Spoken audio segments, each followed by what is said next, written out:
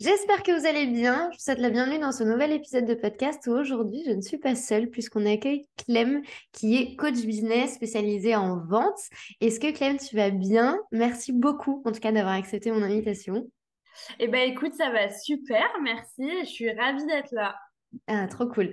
Est-ce que tu peux te présenter un peu aux gens qui vont nous écouter, qui tu es, ton parcours, pourquoi la vente, pourquoi le coaching, que les gens un peu aient une idée de qui tu es? Bien sûr, alors du coup, moi, c'est Clémentine et je suis coach business, notamment axée sur la vente et sur les réseaux sociaux. Et aujourd'hui, en fait, j'aide mes clientes, principalement des prestataires de services, à vendre leurs services en ligne, en fait, tout simplement, grâce à la prospection et à la création de contenu. Voilà. Et mon objectif, c'est d'aider mes clients à trouver leurs premiers clients et surtout à réussir à générer des rendez-vous. Parce qu'être visible, c'est bien, mais signer des clients, c'est mieux. Exactement, ça on est bien d'accord. Et du coup, toi, c'est vrai que sur ta communication, tu mets beaucoup en avant l'importance du pitch de vente, d'avoir vraiment un bon discours, etc.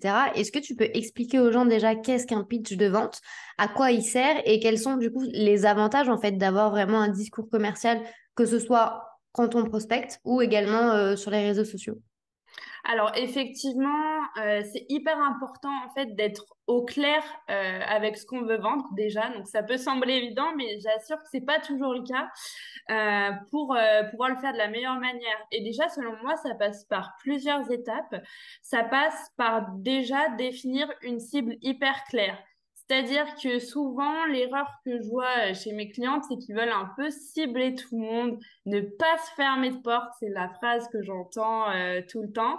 Mes résultats, je leur dis, tu communiques auprès de qui ou tu vas prospecter qui? Bah, je sais pas. Et donc, dans ce cas-là, déjà, on est sur quelque chose qui fonctionne pas, en fait, hein, parce que on peut pas faire une offre qui s'adresse à tout le monde. Finalement, s'adresser à tout le monde, c'est s'adresser à personne. Donc, pour moi, que ce soit dans le pitch de vente et même dans la vente de manière générale, c'est hyper important de savoir à qui on s'adresse. Par exemple, tu vois, de mon côté, j'ai une cible qui est une offre qui est uniquement sur les assistantes virtuelles. Et ben, au moins, c'est hyper clair. C'est une cible qui est très définie et je sais exactement leurs besoins et quoi leur vendre. Donc, du coup, dans le pitch de vente, pour moi, il faut être hyper au clair avec sa cible, bien la connaître et pouvoir, du coup, connaître ses besoins et faire un pitch de vente qui répond à ses besoins. Donc, c'est en ça, pour moi, qu'un pitch va être réussi. Du coup, l'objectif, c'est finalement pas de parler de soi, parce que nos clients sont quand même auto-centrés, hein, pensent à leurs problématiques, ils se viennent pas en se disant, par exemple, ah, je suis fan de Clémentine, c'est pour ça que je vais faire un appel de vente, pas du tout. Vos clients, ils viennent vers vous avant tout parce qu'ils ont une problématique. Donc, faut connaître leurs problématiques et argumenter en fonction de ça, j'ai envie de dire et de créer évidemment une offre qui répond à leurs problématiques. Ça semble assez évident. Ils vont pas acheter pareil pour nos beaux yeux, mais bien parce que l'offre, elle correspond à ce dont ils ont besoin. Mhm. Et après, dans la vente, ce que j'ajouterais, c'est que c'est important d'avoir un discours commercial qui est très clair, mais aussi pour moi, en tout cas, ce qui est le plus important, c'est plus l'écoute. Pour moi, un bon vendeur, ça va être quelqu'un qui écoute deux fois plus qu'il ne parle. Et du coup, être à l'écoute de vos clients, s'intéresser vraiment à eux, leur poser toutes les questions, creuser, connaître leurs problématiques. C'est ça qui va faire que vous aller avoir du succès et pouvoir les accompagner au mieux. Et peut-être aussi pour compléter par rapport à toi, ta thématique marine qui est souvent le contenu, et ben Mhm. pour moi, du coup, tout ça, c'est vraiment lié hein, finalement, puisque si vous connaissez les problématiques de vos clients, que vous parlez à eux, bah forcément, vous allez pouvoir créer des contenus qui sont très ciblés sur leurs problématiques et c'est ça qui va faire que vos contenus vont avoir du succès. Exactement. Et moi, pour rebondir sur ce que tu dis, moi j'aime dire aux gens, et ça choque un peu, mais c'est la réalité, le contenu ne vend pas. C'est pas le contenu qui va vendre, c'est pas la publicité qui va vendre. Vous pouvez mettre toute la volonté du monde et tout ce que vous souhaitez, que ce soit en termes de budget ou même en termes de quantité. Votre contenu, en fait, il peut être le meilleur du monde, il vendra pas. Ce qui va vendre, c'est votre discours et les arguments que vous mettez en avant. Et j'aime beaucoup le fait que tu soulignes que on ne doit pas parler de nous. Parce que c'est vrai que dans les communications, tu vois, même sur les réseaux sociaux Bah moi, j'ai une agence à côté, donc c'est vrai que je reçois quand même pas mal de prospection. C'est vrai qu'au niveau de la prospection qu'on reçoit très régulièrement, c'est très tourné vers la personne. J'ai travaillé avec un tel, j'ai fait un tel, mon parcours c'est un tel. Mais en fait, demain, moi, si j'ai une personne qui me contacte au hasard et à qui je n'ai jamais parlé, si elle arrive à me dire, je sais que votre problème c'est ça et que c'est la réalité, je vais me dire, ok, la personne, elle me connaît. Donc déjà, elle connaît ma réalité et c'est la bonne personne. Si on essaye de tirer un peu à droite à gauche et de ne toucher en soi pas grand monde et de parler que de nous, bah, les gens, honnêtement, et tu l'as très bien dit, ils s'en fichent de nous, quoi. Mais complètement. Complètement. Et en fait, mais tu sais que et sur les réseaux sociaux, ou même, tu vois, en termes de contenu sur les sites internet, alors oui, il faut avoir une page à propos pour humaniser un peu le propos et pour que les gens sachent à qui ils vont avoir affaire. Mais tout le contenu que vous allez créer, que ce soit sur votre blog ou même sur votre Instagram, sur votre LinkedIn, arrêtez de vous mettre au centre de tout. Et vraiment, en fait, c'est là aussi tout l'art du pitch de vente et toute la force aussi. C'est qu'une fois que vous avez fait ce travail de discours commercial et d'analyse de la cible, ben, en fait, vous pouvez appliquer tous les conseils où vous le souhaitez, sur n'importe quel support. Quelle que soit aussi la taille de l'audience, parce que parfois, c'est vrai que moi, j'entends dire les gens, oui, mais Marine, vous savez, nous, on vient de commencer le projet, il n'y a personne qui nous suit, il n'y a personne qui nous connaît. Oui, mais enfin, il n'y a pas besoin d'avoir 10 000 personnes sur Instagram ou 10 000 personnes sur votre site Internet pour vendre à partir du moment où le discours est bien. Est-ce que, selon toi, déjà, quelle est l'importance de préparer les entretiens quand on va avoir avec des gens, qu'on soit quand on soit au début de notre carrière ou passé 3 4 ans? Moi, c'est vrai que je sais qu'il y a des gens qui m'appellent parfois et je sens que c'est pas trop préparé. Est-ce que il faut préparer l'entretien? Et si oui, comment faire, ou du moins, quels sont les outils idéaux pour vraiment bien se préparer? Dans le sens où c'est vrai que parfois, tu sais, on dit tout le temps d'analyser la cible, d'analyser les besoins de la personne, mais est-ce qu'il y a un outil qui le fait pour nous? Ou est-ce qu'il faut que ce soit une réflexion interne? Et je dis réflexion interne parce que c'est vrai que les gens, parfois, ont un peu la flemme de réfléchir et de se dire, c'est pas automatique, c'est chiant, tu vois. Donc, est-ce qu'il y a vraiment tout un travail de réflexion en amont, mais ça doit venir de notre cerveau, ou est-ce qu'il y a des outils qui peuvent aussi nous aider à complémenter, je dirais, nos recherches? Alors, je vais répondre à ça et je veux avant peut-être rebondir sur le nombre d'abonnés parce que je trouve que c'est une thématique importante. Moi, par exemple, j'ai commencé à vendre, j'avais 350 abonnés et j'ai même des clients qui vendent avec 100 abonnés, mais parce que, par exemple, elles vont se dire, bah, je veux travailler avec les restaurateurs lyonnais, admettons, et leurs 100 abonnés, c'est des restaurateurs lyonnais. Bah, du coup, elle a déjà une communauté cliente, des gens qui achètent, donc ça fonctionne, en fait, tout simplement. Elle va créer des contenus qui sont vraiment dédiés et après, elle va aussi aller discuter avec les personnes. Elle va pas attendre que par magie, le restaurateur vienne taper à la porte. Alors qu'à l'inverse, je vois et je côtoie des personnes qui ont 10 000 abonnés, mais pour autant, il se passe rien, il n'y a pas le compte en banque, c'est pas la même chose. Donc, pour moi, ce qui est important, c'est pas d'avoir un nombre d'abonnés extraordinaire, ça c'est plutôt pour flatter votre ego. Ce qui est important, c'est surtout d'avoir des abonnés qui correspondent aux personnes qui vont acheter en fait votre produit ou votre service. Donc ça, franchement, c'est une croyance qu'il faut vraiment casser. Mhm. Et après, concernant du coup un rendez-vous, alors évidemment, ça se prépare, on n'arrive pas en touriste au rendez-vous client. Euh, Là-dessus, ça c'est quelque chose sur lequel moi j'accompagne mes clientes. Il faut être très méthodique et préparé. Si vous arrivez en rendez-vous client, vous connaissez pas l'entreprise, vous n'êtes pas intéressé, c'est un peu comme un entretien aussi d'embauche, hein. Mhm. Vous arrivez, bah du coup, vous faites pas sérieux, vous savez pas quelles questions vous allez poser. Donc même si vous êtes doué en impro ou que vous pensez avoir la tchatch, je trouve que c'est pas suffisant. Selon moi, il faut le préparer et vraiment s'intéresser sincèrement au client en amont. Du coup, pour moi, il y a plusieurs choses. Déjà, effectivement, de simplement échanger et discuter avec le prospect en amont du rendez-vous. Et après, moi, l'outil que j'utilise, c'est très simple, c'est que je fais un formulaire où je pose toutes mes questions, donc sur le contexte de l'entreprise, après par rapport à mon expertise, donc où ils en sont dans leur communication, dans leur vente, etc., quels sont leurs objectifs. Et comme ça, j'envoie le formulaire à la personne. ça me permet déjà d'avoir un bon état des lieux. Donc déjà, j'en prends note et j'en déduis énormément de questions que je prépare et que je vais poser pendant l'entretien. Mais en plus de ça, je vais faire évidemment systématiquement des recherches de mon côté, regarder leurs réseaux sociaux, leur site, voilà, tout checker pour être préparé au maximum et savoir exactement quelles questions je vais leur poser pendant l'entretien avant de présenter mon offre.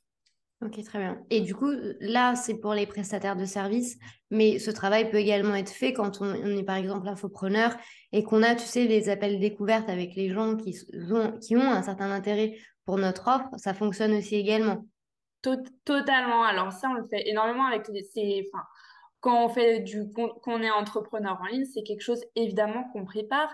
Les appels découvertes, c'est important de les réussir parce que c'est ce qui va vous permettre de signer vos clients et vous êtes aussi en concurrence pour le coup avec d'autres personnes et Mhm. le niveau de détail de la préparation du rendez-vous, c'est ce qui va faire la différence. J'ai d'ailleurs une anecdote peut-être par rapport à ça. J'ai accompagné un de mes clients qui est community manager pour réussir ses premiers appels aux ventes. Donc, c'était une personne en lancement qui avait comme objectif de signer un premier client. Et là, on a eu un prospect, en fait, c'était une coach qui voulait accompagner avec ses services de community management. Donc, j'ai préparé l'appel avec lui. Et ce qu'on a fait, c'est qu'on a carrément fait son offre dans le branding de la coach, donc en reprenant tous les codes couleurs de la coach. Elle avait un animal de compagnie qu'elle mettait en avant sur ses réseaux. On l'a mis dans la présentation avec voilà une petite blague, etc. Et on a vraiment poussé la chose. On avait mis des questions en reprenant aussi les mots-clés de sa ligne éditoriale. Et en fait, c'est ce qui l'a fait que lui, il a signé. Alors qu'en face de lui, justement, il avait des community managers qui étaient très connus, qui avaient beaucoup d'abonnés sur Instagram, mais qui ont fait l'appel à l'arrache en 15 minutes, qui ont envoyé le devis par mail sans prendre le temps de lever les objections et qui s'étaient pas intéressés au prospect. Donc, grâce à ça, mon client qui était pour autant junior, a réussi à signer le client parce qu'il a fait l'effort d'aller dans le détail, de s'intéresser au prospect et de préparer au mieux son rendez-vous, quoi. Ouais, il y a une vraie personnalisation du coup qui a eu lieu. Au lieu de faire juste de l'automatisation et d'envoyer les formulaires, que c'est presque du copier-coller, c'est vrai que de l'adapter aussi à la personne, ça valorise toujours un peu le statut et la personne se sent aussi considérée de se dire, bah, il a analysé la situation, il a compris, il sait de quoi il parle et il a déjà un pied, je dirais, dans le cadre de ce qu'il va devoir faire. Donc ça, c'est vraiment top. Et est-ce que euh, quand on envoie, par exemple, une proposition commerciale, parce que du coup, tout ne se fait pas pendant le pitch de vente. Après, forcément, on peut avoir des appels téléphoniques, mais la fermeture de la vente ne se fait pas directement en ligne. Enfin, ça dépend après du prix de la prestation, mais c'est très rare que ça se ferme comme ça directement et qu'il faille envoyer un devis derrière. Toi, les devis, en termes d'approche de vente, est-ce que tu crées des gros dossiers où tu mets toutes les objections, tu mets tout et tu mets après l'offre? Ou est-ce que tu envoies juste un devis comme ça avec le détail de la prestation? Parce que c'est vrai que moi, j'ai déjà été confrontée aux deux. Et c'est vrai que la première approche me séduit davantage. Mais j'ai déjà entendu dire que envoyer juste une feuille avec un devis quand on a déjà eu l'appel, c'est largement suffisant parce que bah, les gens n'ont pas trop l'habitude, quoi. Enfin, ils n'ont plus le temps, ils ont déjà les informations et du coup, bah, ils veulent juste le prix. Alors, moi là-dessus, du coup, j'ai une méthode un peu différente parce que j'accompagne du coup pas mal de prestataires de services là-dessus et on s'est très vite rendu compte que si par exemple, tu vois, tu as une appel avec une personne, tu lui dis, OK, bon, bah, j'ai bien pris note de ce que tu m'as dit, je t'envoie un devis par mail et tu lui envoies un devis par mail, tu peux être sûr que dans 90% des cas, tu auras zéro retour. Pourquoi? Parce que tu n'as pas fait ton job de chef d'entreprise, tu n'as pas présenté ton offre et tu n'as pas levé les objections en fait. Mhm. Et lever les objections, pour moi, ça relève même juste de répondre aux questions d'une personne à qui tu as demandé quand même une certaine somme. Par exemple, tu as eu rendez-vous avec un prospect qui ne te connaît pas et tu lui présentes, je sais pas, une offre à 2 000 euros. Tu es derrière ta webcam, tu lui demandes 2 000 euros. Donc, Mhm. il faut quand même prendre du recul et se dire, faut que c'est normal que la personne, elle va avoir des questions et c'est notre job de lui répondre. En tout cas, moi, c'est vraiment ma vision. Du coup, ce qu'on fait avec mes clients, c'est que soit premier cas, tu as une offre qui s'adapte à l'ensemble de tes clients parce que tu connais extrêmement bien ton avatar et que tu as créé une offre qui répond à son besoin, c'est pas du sur-mesure. Dans ce cas-là, tu lui présentes directement pendant l'appel. Mm. Et moi, par exemple, c'est ce que je fais. Et tu réponds à ces objections en direct. Tu traites ces objections, voilà, j'ai besoin de réfléchir, faut que j'en parle à mon associé, j'ai besoin de voir d'autres prestataires, c'est trop cher, etc. Tu traites toutes les objections pendant l'appel et soit tu obtiens un oui et une fois que tu as eu le oui, seulement à ce moment-là, tu envoies le devis, soit tu obtiens un non, et dans ce cas-là, tant pis. Soit si la personne elle a besoin de réfléchir encore, tu fixes un délai et au partir du moment où elle t'a fait son retour et qu'elle t'a validé, là, tu lui envoies le devis. Ok.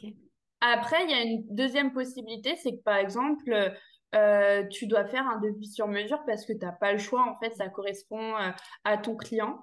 Et ben moi, ce que je fais dans ce cas-là, c'est que je fais un deuxième appel, mais beaucoup plus court, de seulement peut-être 15 minutes, pour présenter le devis et avoir le oui en rendez-vous. Parce que forcément, tu vas présenter le devis, mais la personne, elle peut avoir peur de s'engager, ce qui se comprend. Donc, tu vas répondre à toutes ces objections et une fois que tu vas le faire, et ben là, qu'elle t'a dit, OK, c'est good, Marine, je bosse avec toi et tout. Et ben là, tu lui envoies le devis. Mais de mon côté, du coup, ce qu'on fait avec tous mes clients, c'est à pas de oui, il n'y a pas de devis. Ok, d'accord. Dès que si tu n'entends pas le oui pendant l'échange, tu n'envoies pas du tout de proposition. Non, on présente la proposition vraiment au client. Et Ok. après, t'en as, du coup, tu as des clients, c'est des petits filous, donc ils vont te dire, ah bah ouais, ok, bon, bah tu m'envoies le devis, puis je regarderai quand j'aurai le temps. Ça, c'est des personnes qui refusent, qui vont peut-être refuser un petit peu d'échanger sur leur questionnement ou qui vont pas oser te dire qu'il y a quelque chose qui va pas parce qu'elles ont peur de te blesser, etc. Donc là, ton job, c'est de lui dire, bah, écoute, est-ce que tu peux me dire ce que tu en penses? Est-ce que le programme te convient? Est-ce que le prix te convient? Et de faire vraiment tout ressortir pour voir ce qui va pas, tu vois. Ok, génial. Et du coup, face à ce panorama-là, toi, quelles sont les 5 grandes erreurs que tu vois dans le discours commercial? Est-ce qu'il y a des choses que tu dis, il faut que ça s'arrête aujourd'hui? Il faut arrêter de faire ça ou il n'y a rien en soi de très critique dans ton analyse et dans les projets que tu vas accompagner? Ben, des erreurs que je vois, bah, du coup, le fait de vite envoyer son devis par mail sans avoir répondu au questionnement du client, ça pour moi, c'est une grande erreur. Et du coup, j'ai eu plein de clients avant, ils me disaient, tiens, mais je comprends pas, j'envoie mes devis, j'ai jamais de réponse. Donc voilà, donc ça pour moi, c'est la première erreur, c'est de pas répondre au questionnement en fait de son client. Qu'est-ce que j'ai l'habitude de voir d'autre? Bah, c'est le fait de pas traiter les objections. Par exemple, d'avoir une personne qui dit j'ai besoin de réfléchir, on lui dit juste OK, salut. Bah non, en fait, si elle te dit ça, c'est certainement qu'il y a quelque chose qui va pas. Donc, tu peux lui dire OK, sur quel point tu as besoin de réfléchir, etc. pour vraiment essayer de comprendre en profondeur ton client. Une autre erreur que je vois aussi, c'est le fait de ne pas anticiper les objections.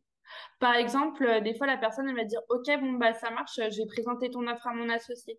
Si la personne, elle te dit ça, c'est que tu as fait le rendez-vous avec la mauvaise personne, en fait. Et du coup, là-dessus, tu aurais dû anticiper de savoir qui étaient les décideurs et inviter tous les décideurs au rendez-vous.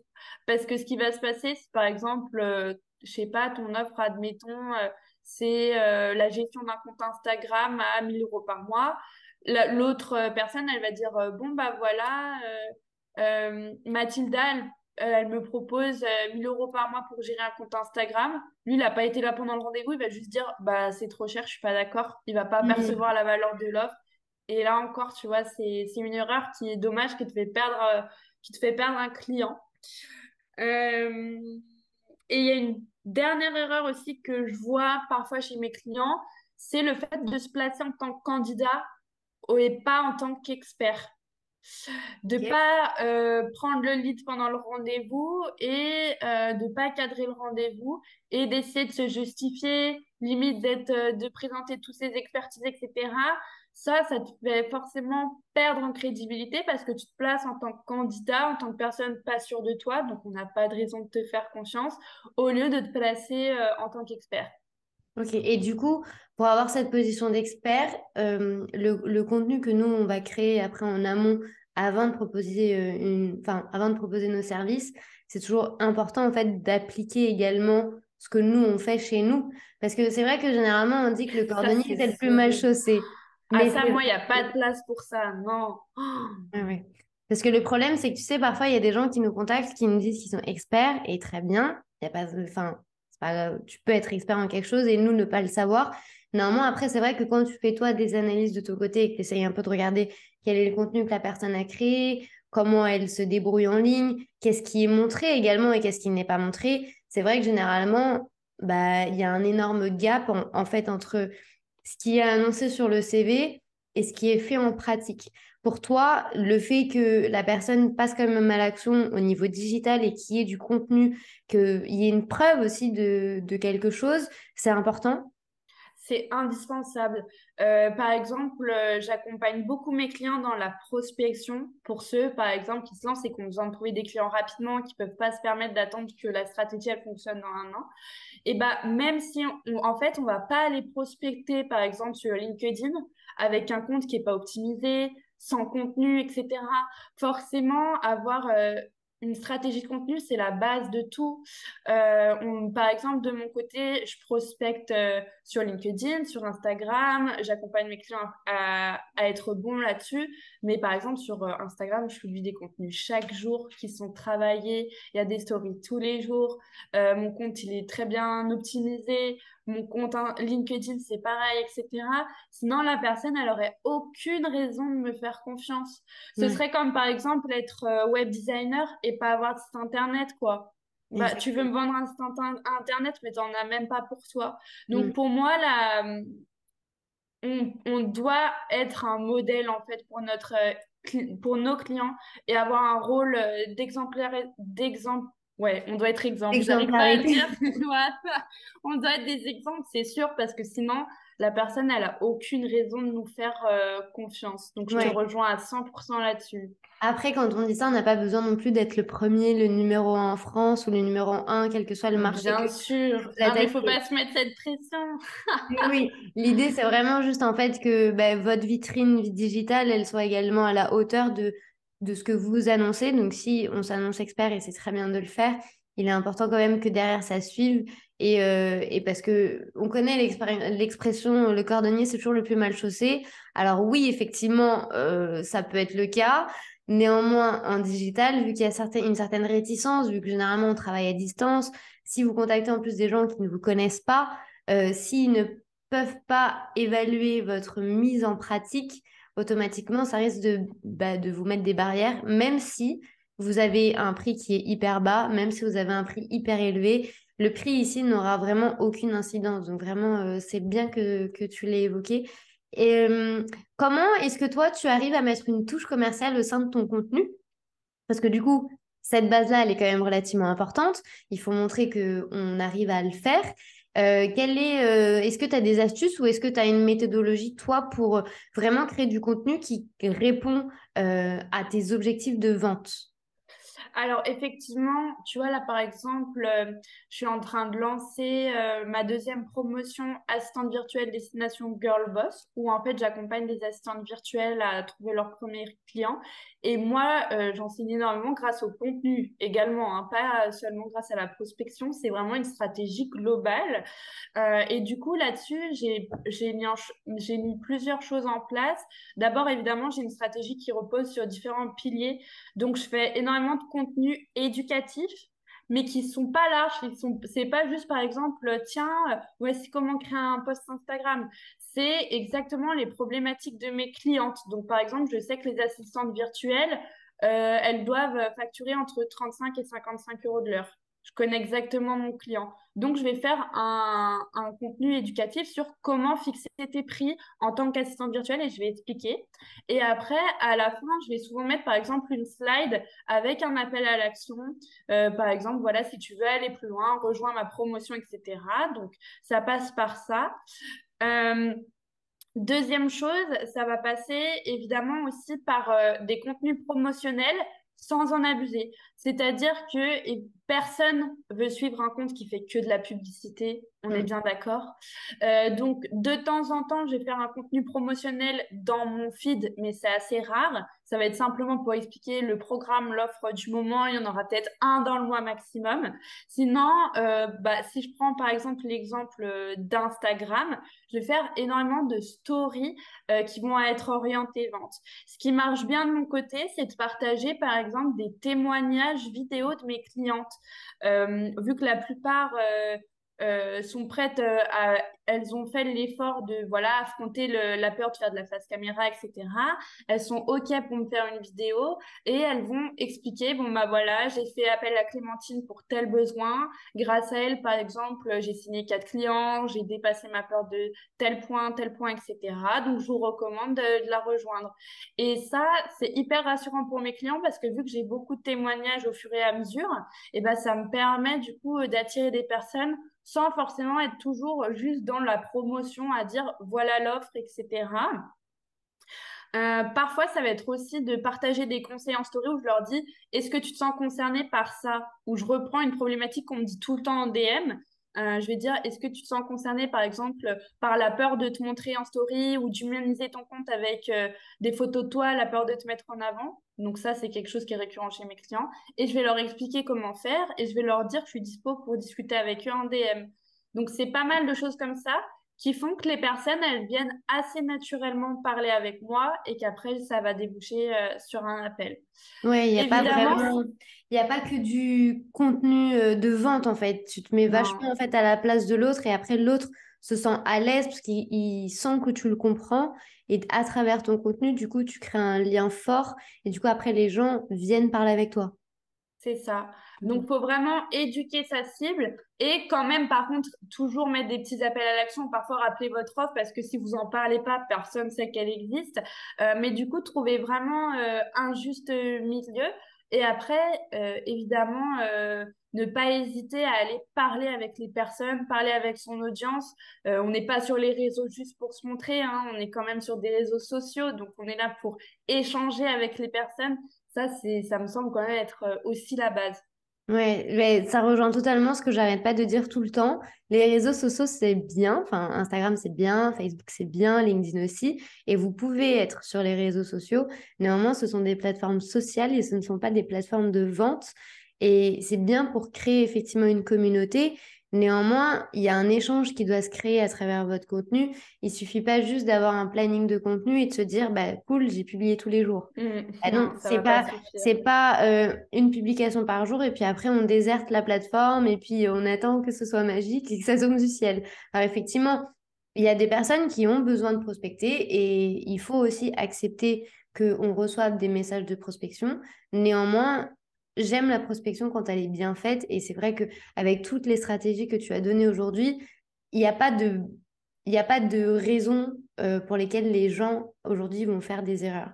Parce qu'en fait, à partir du moment où tu tournes le discours vers l'autre et que tu arrêtes de parler de toi, dans tous les cas, la prospection, que la réponse soit positive ou négative, elle sera de qualité. Donc ça, pour le coup, c'est un point très important. Et le deuxième point que tu as évoqué également, c'est la personnalisation de tout ce que tu fais et de toute ton approche. Et il y a une réelle intention, en fait, dans le contenu que tu vas publier. Et ça, c'est ouf aussi parce que ben, il y a certaines personnes qui se disent j'ai vu ça, c'était tendance, je vais le faire aussi moi de mon côté, ça va grave marcher. Sauf qu'en fait, bah, vous n'allez pas avoir la même offre, vous n'allez pas avoir les mêmes cibles, vous n'allez pas avoir les mêmes problématiques et vous n'allez pas avoir le même discours. Donc forcément, automatiquement, il y a certaines choses qui peuvent ne pas marcher et dans ton approche, que ce soit en story ou en post, à chaque fois, tu te mets à la place de la personne. Et ça, c'est hyper stratégique, mais surtout hyper efficace en fait. Est-ce que Complètement. est-ce que tu as un conseil à donner aux gens qui souhaitent, après avoir écouté cet épisode, qu'ils aient une prise de conscience de se dire, effectivement, moi, j'ai un petit problème dans mon système de vente, dans mon discours, dans mon contenu, mais je souhaite du coup faire quelque chose, mais je ne sais pas quoi. Quelle serait, selon toi, la première étape pour commencer un peu à changer, je dirais, la machine? Alors là-dessus, moi, ce que j'ai conseillé à plusieurs de mes clientes se sentent bloquées par rapport à ça, c'est d'aller discuter vraiment avec leurs potentiels clients parce que si tu n'as pas fait cet effort avant, tu vas toujours rester dans un flou. Donc, je donne un exemple. J'ai accompagné une assistante virtuelle qui voulait travailler avec les prestataires de mariage. Donc, OK, donc voilà, il y a différents prestataires, les pâtissiers, les wedding planners, les photographes. OK, en travaillant un peu sur son système de valeurs, elle veut accompagner ceux qui sont éco-engagés. On s'est rendu compte qu'il y en a beaucoup. Donc, après, comment faire les bons contenus? Et là, c'est ça qui la bloquait ou comment tout faire. C'était flou. Donc, ce qu'elle a fait, c'est que simplement, elle a fait des interviews clients. Elle est allée, par exemple, sur Instagram, sur LinkedIn. Elle a envoyé des messages à des wedding planners, à des photographes de mariage, etc. Et elle a discuté avec eux. Elle a posé des questions. Elle s'est intéressée comment vous fonctionnez, comment vous gérez votre entreprise, qu'est-ce que vous seriez prêt à déléguer, quelles sont vos problématiques, etc. Souvent, en plus, on pense qu'on va être rejeté, mais il y a beaucoup de personnes qui sont très bienveillantes et qui vont répondre naturellement. Et du coup, grâce à ce travail-là, après, on sait comment aller du coup communiquer avec les personnes, que ce soit dans les contenus ou dans la communication même par message ou d'ailleurs en physique, hein, en réel aussi. Donc pour moi, c'est ça le plus important, c'est vraiment de connaître en fait ses clients et ça, il n'y a pas de secret, il faut discuter avec eux, quoi. Ouais. Et s'ils veulent du coup passer à l'étape suivante et se dire j'ai besoin d'être accompagné au niveau de la vente, au niveau de mon approche commerciale, au niveau de ma prospection, comment toi tu aides les gens aujourd'hui à développer leur business et est-ce que tu as des accompagnements, des coachings, comment les gens peuvent réellement travailler avec toi? Alors, du coup, moi, je propose des coachings, donc notamment en individuel, où ensemble, on va mettre en place toute la stratégie pour acquérir des clients. Donc, on va définir l'offre, le client, la stratégie de contenu, mais aussi et surtout la prospection pour avoir des résultats rapides. Donc, ensemble, on va définir une méthodologie mais je vais les accompagner réellement. Donc, c'est-à-dire, je vais prospecter avec eux pendant les rendez-vous et entre les rendez-vous. Donc, par exemple, chacun de mes clients m'envoie souvent des screenshots de leurs conversations et je leur dis quoi répondre. Comme ça, ils deviennent petit à petit à l'aise et surtout, ils ont des résultats très rapides et c'est plus important. Donc, là-dessus, je propose un coaching individuel de 6 semaines pour devenir le roi ou la reine de la prospection et de la vente. Ouais, tu prends vraiment les gens par la main et ça, c'est très sympa en fait de pouvoir avoir un peu, tu sais, ce filet de sécurité, de se dire, bah, je ne suis pas lâchée dans la nature et je suis quand même Ça, accompagnée dans tout ce que je fais. Top, c'est génial. Merci beaucoup, Clémentine, en tout cas, pour ton temps et pour tous ces conseils. et J'espère ben avec grand vraiment. plaisir. J'espère que ça en aura aidé plus d'un et que vous aurez pu vous reconnaître un petit peu dans le discours et dans les erreurs qui ont pu être évoquées. Tous les liens de tout sera juste en dessous de cet épisode de podcast, que ce soit Instagram, ton site internet, tes prestations, LinkedIn aussi. LinkedIn, il y aura vraiment tout. Comme ça, les gens pourront te contacter quand ils le souhaitent. Et puis, il ne me reste plus qu'à te souhaiter une très bonne journée et je te dis à très bientôt. Merci.